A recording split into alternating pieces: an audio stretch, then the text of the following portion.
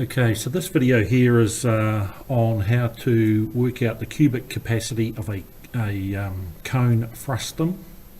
So I've got one here, got a flat top, conic section, and it's been truncated on the bottom, so it's got a flat bottom on it. We want to work out the cubic capacity of it. So the dimensions I've got on the board, it's 2 meters 100 millimeters. 2 meters 100 at the top, it's 450 millimeters in diameter at the bottom, and it has a vertical height between the top and the bottom of 3 meters 200. So it's 3 meters 200 long. So the formula for working at a cone frustum is the height divided by 3 times pi times bracket large radius squared plus small radius squared plus the large radius times the small radius, and that gives you your meters cubed. Obviously from meters cubed we times that by 1,000, we get our litres. So putting this information into this, we want to do it in meters so that we don't have to convert it at the end. So for the height, we've got 3.2 meters divided by 3 times pi times the large radius. Well, if we divide 2 meters 100 by 2, our large radius will be 1 meter and 50, and that is squared.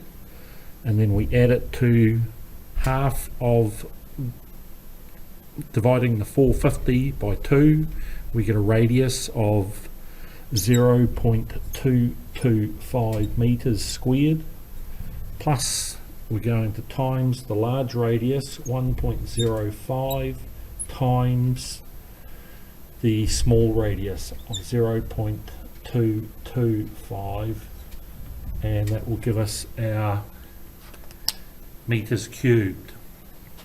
So onto the calculator. We've got 3.2 meters divided by 3 times that by pi times open bracket 1.05 squared plus 0.225 squared plus 1.05 times 0.225, close the bracket, push the equals. So what we've got there on the screen is the meters cubed equals 4.66 meters cubed.